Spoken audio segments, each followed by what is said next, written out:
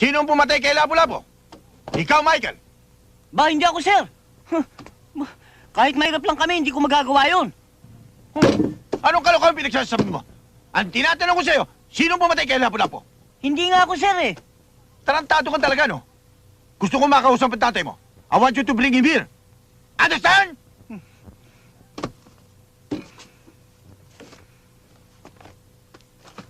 Yes, sir.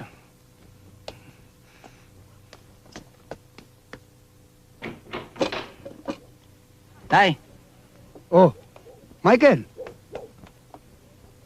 tay, ibig daw kayong makausap sa eskwela. bakit? Kasi o itay, tinanong ako kung sino ang pumatay kay Lapu-Lapu. Oh. Ang sabi ko, hindi ako. Ngayon, kayo ang gustong makausap. Lagot kayo, tay. Teka! Bakit ako? Lalong hindi ako pumatay kay Lapu-Lapu. Anong malay ko ron? Itay, kayo na lang ho ang pag-asa ko.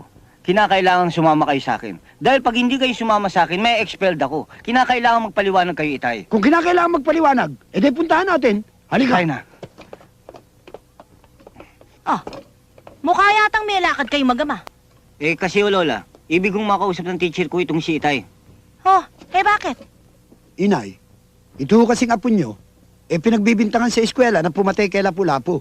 Hindi naman ho siya. Eto nga't nagpapasama para magpaliwanag kami ron. Kung maaari ho sana, inay, sumama na rin kayo para magpaliwanag. Nako! Kayong mag-ama, oo. Nakita nyo nang tinatapos ko ang aking ginaganchilyo.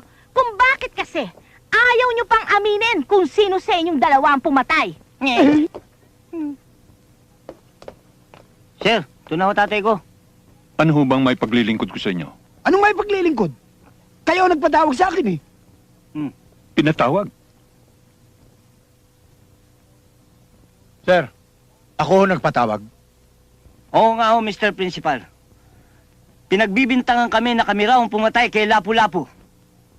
Kahit tingnan ninyo ang lahat ng police record, malinis kami. Wala pa kaming napapatay.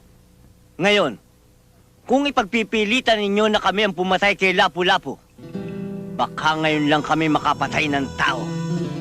And you will have a dangerous life.